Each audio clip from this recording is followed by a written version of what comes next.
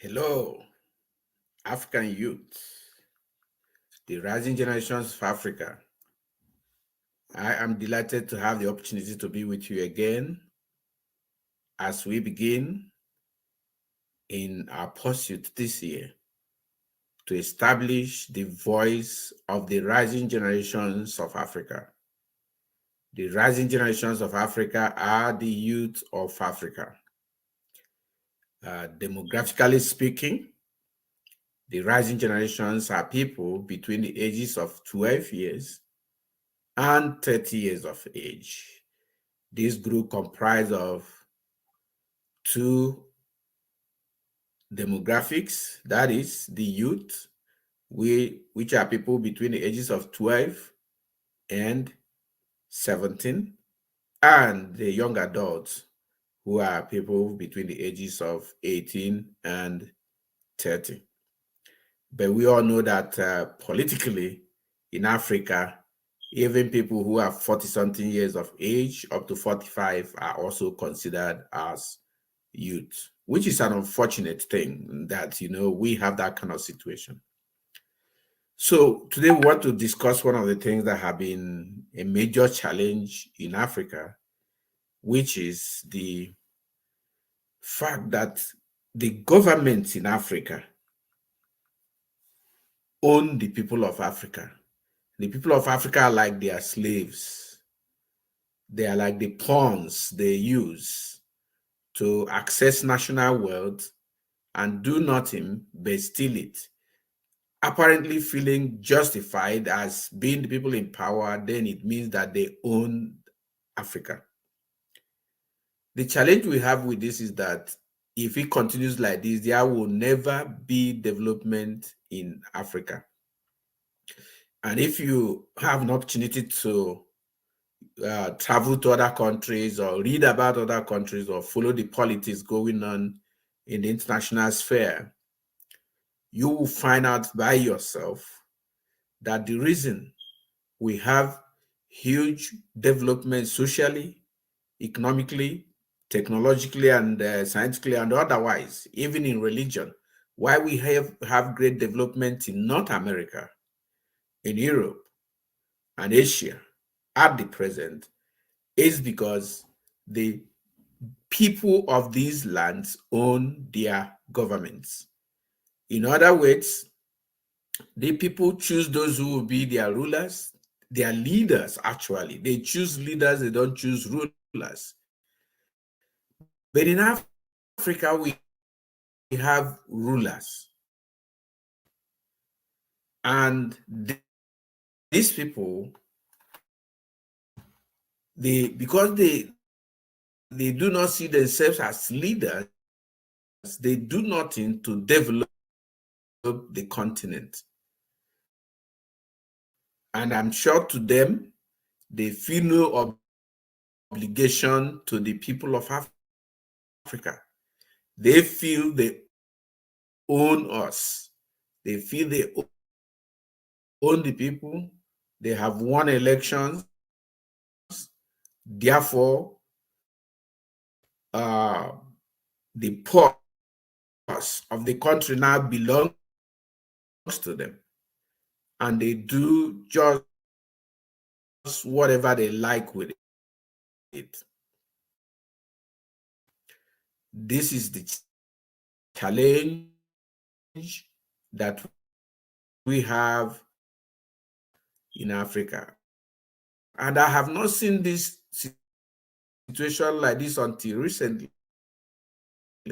Until I had a conversation with a great guy. His name is Godspower Ikechukwu Pienu. He is an entrepreneur and he owns a market in the United States.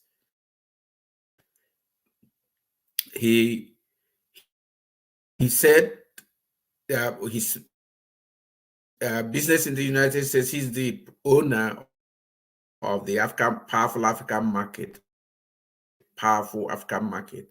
which sells and merchandises in the United States with the African things, foods, clothing, and everything that Africans need to return and continue to be Africans, even though they live in America or they have traveled to America.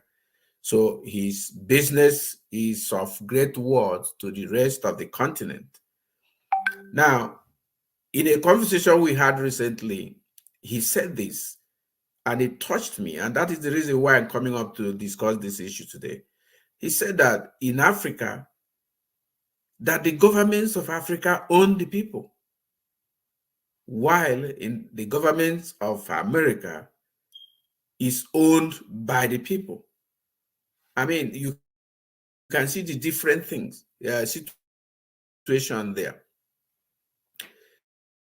Now, if the governments in Africa own the people, it means that they have no obligation whatsoever to the people, because the people are their pawns, the people are their property, the people are the things they use to rise to power.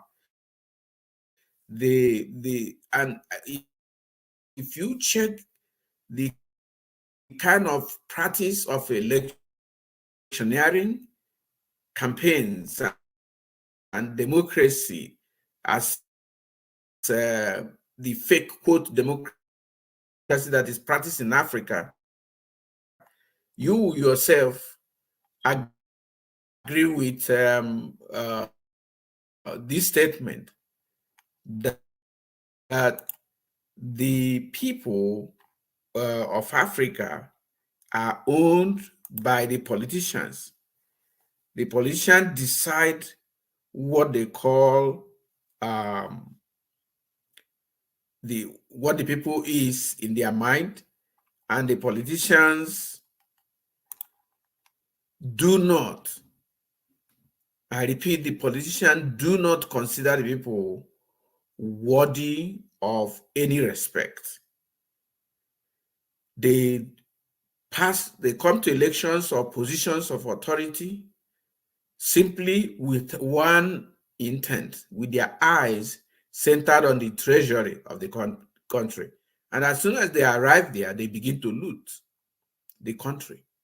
They loot the country until there is nothing left in it. Let me give you, as we have an example, Nigeria, the so-called giant of Africa. Nigeria is now borrowing from everybody, including Brazil. I'm sure they will soon start borrowing from Togo and Cameroon. Why is this happening? That is because the people who came to power, who are ruling in Nigeria, had their eye on one thing: Nigeria's oil wells, Nigeria's wealth, and they have, within the last few years, vandalized this totally. That right now, the government is going capping and borrowing money left, right, and center. Money that all of them will die, and for 100 years after they have died, the Nigerians are still paying for those loans they have taken. And the challenging thing is that these loans are not taken for development, because every year, trillions of naira budgets are made in Nigeria. And the year will pass, one tenor will pass, another tenor will pass, and there will be no single element of development. Some roads that were being constructed or reconstructed some 20 years ago are, as we speak today, still under construction all over Nigeria. This can only happen because the government we have in Nigeria feel that they own the people, and they are not answerable to the people, and the people cannot do them anything. Now, this is the same thing that is going on in Cameroon, where the president himself lives in Switzerland and merely comes to Cameroon maybe to sign checks and see that his own money had been transferred into his personal account before he leaves again. That's what you get there. No single development is going on in that place. Instead, they use diversionary measures, start a war with the people who merely ask for self-determination in Western Cameroon, and that's all they are doing, killing their own people. If these people feel a responsibility for the people of Cameroon, they will not start a war there. They will listen to the people who are complaining, find out the reasons for their complaint, and do something about it. Now, if you are listening to this broadcast and you are live with me right now and you would like to come to the studio to join me and express your thoughts on this topic, please leave a comment in the comment section from whether you are listening from YouTube, LinkedIn, or Facebook. Leave a message there and tell me that you would like to join me in the studios to talk about this, because the only way we can deal with this matter is to talk about it. If we don't talk about it, we won't come to an understanding of what is doing us. We will continue to cry for the next 50 years about development in Africa, and there will be none. And the moment we do not have development in Africa continuously, then the problems we have now will worsen. Now, as I took my mind through the governments in America, in North America especially, many parts of America, because improvements are happening in some of those countries, but many of them also run like African countries. They feel those who got themselves either by shooting, through military coups, or through stolen elections, rigged elections to power, both in Latin America and in Africa. They feel they own the people. And because of this, they do not do anything to ensure that there is development. But take a look with countries where the people elected those who are in leadership positions in their government houses, in their national assemblies, in their regions and states, and all the divisions of their power. All those people who were elected by the people are accountable to the people. If I take Nigerian election, for instance, no election takes place in Nigeria. The authorities, those who are holding the reins of power, will send out the military and the police to even rig elections for them, kill people so that nobody will challenge what they are doing. And they create problems and destabilize the whole environment so they can find a way to declare themselves even when nobody wants them in power. And when they finish doing this, I think that embodies them to feel that they owe no duty or no responsibility to Africans, because, hey, after all, we did not elect them. We did not elect them. The same thing is happening in Uganda. Bobby Wine, who the last year challenged President Museveni to the presidential seat in Uganda, of course, during the electioneering, Museveni took the military, sponsored by Ugandan taxpayers' money, to destabilize, kidnap, arrest, detain, and harass all his opponents. At some point, only Bobby Wine was standing. And recently, they held a municipal election, a regional election for a member of the House of Representatives of the Assembly. In that election, it was clear that an opponent, somebody in opposition of the current Ugandan government, won that election. But what did Museveni do? He used his own veto power and ensured that the man who didn't win election was declared. Now, when they keep doing this, then there is no way that we are going to have a government that is owned by the people. Now, as I looked through these things and reviewed how other governments are functioning in other parts of the world, especially the advanced world, quote, those countries of this world that their economies are strong, they operate technology, they are evolving, they have a powerful industrial base, their economy is very strong enough to hold the people and take the challenges that are coming in the world, including the COVID and other issues.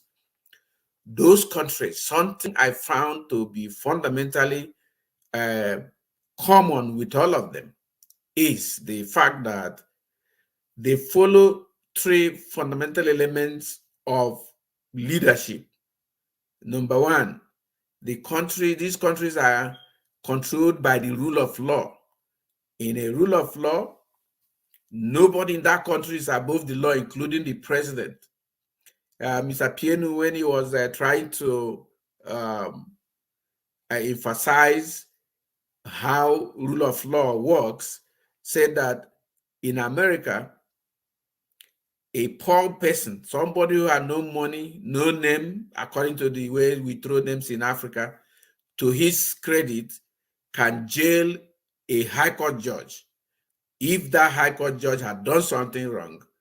So long as he himself, he saw it and has evidence, he can boldly bring those evidence up and a judge will be jailed for his misdemeanor or the offense he has committed. Now, that is rule of law in action. It means that everybody is equal before the law, whether you're rich, you're poor, whether you're male, you're female, you're black, you're white. Once we are talking the law, everyone is equal before the law. The second element that helps these governments, where the people own the government, they also practice good governance. Good governance started making the waves and rounds in the 80s, and the United Nations took that up, and some of its agencies have worked to help several countries of the world to begin to practice good governance. In good governance, it is mandated or established in the mind and heart of all those who seek power, that you seek power for the purpose of developing the people, for the purpose of ensuring peace, security, and tranquility in your country, for the purpose of development. So, good governance requires that those in government positions use their position to ensure the good of life reaches the people. In Nigeria, every time we are mounting dividends of democracy, that is has continued to be something only in the mouth of politicians with no evidence on the ground. Anyone can come and challenge this and point to me where he has found, even if, for me, dividend of democracy is an aberration.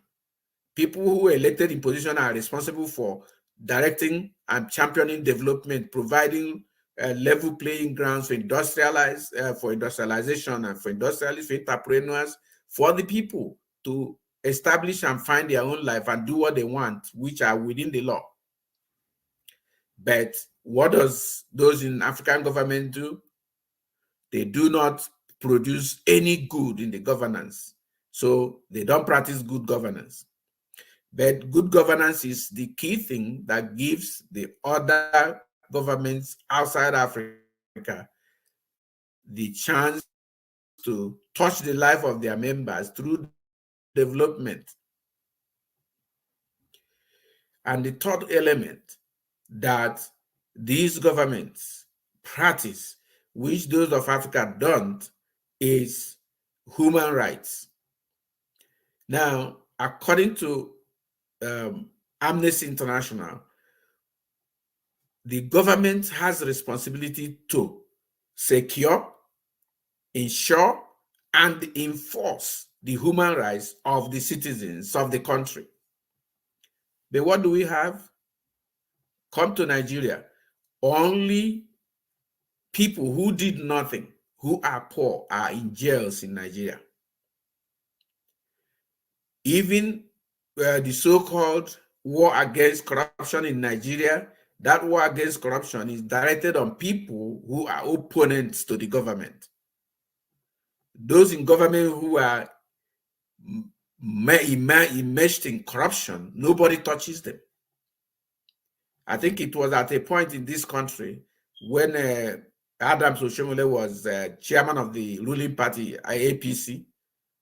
He said that, oh, just come to APC and be baptized and you are no longer corrupt the moment you come to APC. And that is their own. Now, which means that why they will get somebody from the opposition parties in jail for either for real cases of corruption or trump-up charges, Their own people are not touched. The human rights of people are abused every day. The Nigeria police extort Nigerians, stop them, level false accusations on them, detain them, extort money from them every single day, and kill them. Actually kill them, shoot and kill them every single day. In Nigeria. The same thing is happening in Uganda. The same thing is happening in places like Togo, where the government there has, the president had decided that he owns the country, and no opposition, anybody that dares to oppose is jailed. They have continued, African governments are abusing human rights, and because of the abuse of human rights, it is not possible for the people to express themselves, to pursue the course of their own life and do what they need to do. Now, how can we escape this kind of situation? What I must tell the rising generations of Africa, which is the youth of Africa, the young people of Africa, is that one, they should never continue to think that they are young. You are not young. Before you know it, tomorrow will come. And that time you are thinking is forever will be in your presence, and you're not prepared to take the reins of power.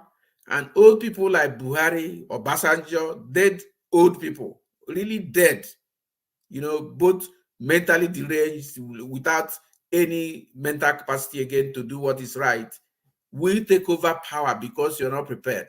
So young people of Africa must prepare. I want to offer an opportunity to all the rising generations of Africa through our medium to come online, raise their voice, mobilize Africa, and let's begin to work on the change that we want to happen in the continent now, not tomorrow. This is what needs to be done. If you have access to Generation 17, Generation 17 is a program that the United Nations and Samsung Technologies are working together to help the rising generations of Africa to raise their voice. Search for Generation 17, go there, find. I'm working on their program, and very soon I will bring up some of the things that they are doing, which young people should start doing. But the key element of Generation 17 is that young people need to start speaking now, not tomorrow, because if you don't, these old people will continue to saddle the rulership positions in your country. They will continue to steal the national treasury until it is dry. There will be no development, and then strife will come. They say if you want peace, you must pursue justice. And if you want development, you have to pursue peace. In other words, if you want development, you have to pursue justice. Now, these countries in Africa all lack rule of law. They are not operating rule of law. They are not operating good governance, and they are not respecting human rights. If you are afraid of dying, if you are afraid they will kill you and therefore you keep quiet, one, even if you live 100 years, you will still die while you're on this earth. What life? What will you call the life you have lived? What will you call it? If you're afraid of dying, because of that, you don't want to speak. Now, the last time I was chatting with a group of young people, Raymond Bobson Stevens said, if you talk, they kill you. If you don't talk, they kill you. So his recommendation is that we shouldn't die like cowards. We should talk anyway, so that if they kill us, then we are dying for something other than staying and dying for nothing. Because, okay, let's take it, for instance, Nigeria, where because of poor governance, lack of good governance, because of lack of rule of law, because of lack of human rights, insecurity had taken over everywhere. People can be kidnapped right at their doorstep in their schools. School children are hounded in hundreds and put in a lorry and taken away, and ransom is demanded all over Nigeria.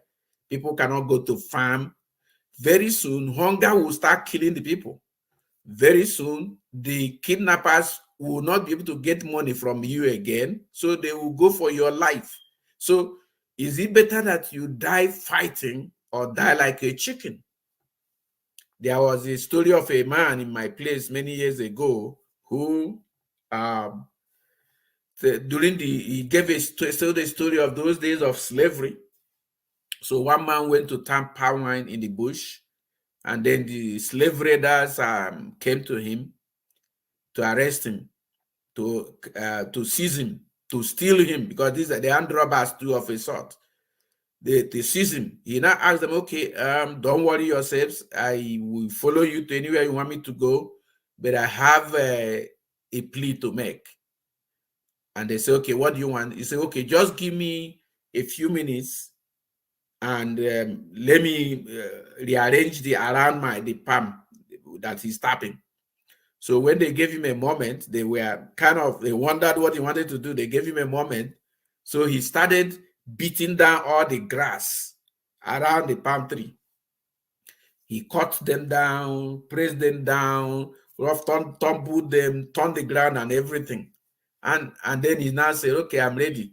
And they asked him, what is the meaning of that?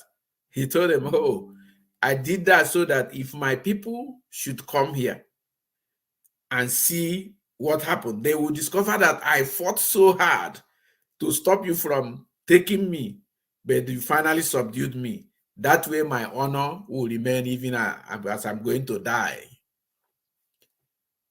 That is the spirit of a man. Do not die without a fight when a fight is necessary. In Africa today, a fight is necessary. Young people, if you're expecting that people in my age grade, those who are stealing Africa dry right now, will ever step aside for you, no way. If they will ever accommodate you in governance, they will bring you where you don't know anything, corrupt you first before allowing you, so that when you go there, you won't spoil things for them, you will not come for them, but instead you will become a pipeline for them to continue to steal the continent dry. So that's why you must have your own voice. And this is why the Town Hall Communication Company Limited has created Project 30 Before 30 International, being a program that is created to help the young and the rising generations of Africa to set 30 goals around the areas of their life and work to achieve them before they turn 30 years of age, so they can become successful, independent, and capable of taking on these politicians who are rogue rulers, who are marauding Africa, so that they can be prepared, because whatever happens, these people will die anyway. They're going to die one day, even if nobody was able to touch them until they still finish stealing, they will still die. But if you're not ready, you cannot take anything. And that generation 17 of the United Nations and Samsung wants us, to the rising generations especially, to begin now to raise their voice on issues in their communities and in their countries, so that they will be able to organize themselves, become a front, and establish themselves and fight for their rights, fight for rule of law, fight for good governance, fight for justice, for human rights. Now, if you have been, I've seen people coming on and off in the bar as those who are viewing this broadcast. And if you should come up on this broadcast some other time, I want you to leave a comment and share your thought on what you think. That's one. Secondly, I also want you to make time and join me in the studios. Every time, all you need is to leave a comment that says you want to join me in the studios, and I will send you a link that will bring you directly into the studios, where you can use your own raise your voice to use it to mobilize other people. I will be glad to continue to do the work, but look at me, I am an old man. This work is yours. My calling, the way I see it, is to help raise the consciousness in you to begin the fight you must fight. I am so grateful for the opportunity to be online live today. We are going to do this throughout 2022. There's no more going back. The die is cast. We must do what we must do. We must raise the voice. We must raise the banner. We must raise the standards. Thank you very much for being with us today. Please, when you view this later, either on YouTube, Facebook, or LinkedIn, leave a comment and ask to participate so that we can prepare the ground to enable you to do so. Happy New Year. Have a great 2022 in which we expect that your voice will come live and we join mine and raise many of our sleeping giants. In our next broadcast, we will talk about the trauma, the challenges that young people are getting themselves involved today in drugs. African youths all over Africa, especially in Nigeria, they are destroying themselves with drugs. And I suspect it is these old blind and brainless politicians and rulers of Africa that are making sure that you have these drugs so that your brains will not be in order. Because if you're not thinking, you cannot take power from them. We will talk about that. Please, I want you to come and join me when we come back here tomorrow to talk about the issues concerning drugs, abuse of illicit drugs, which is now destroying the youth of Africa. Do have a great day.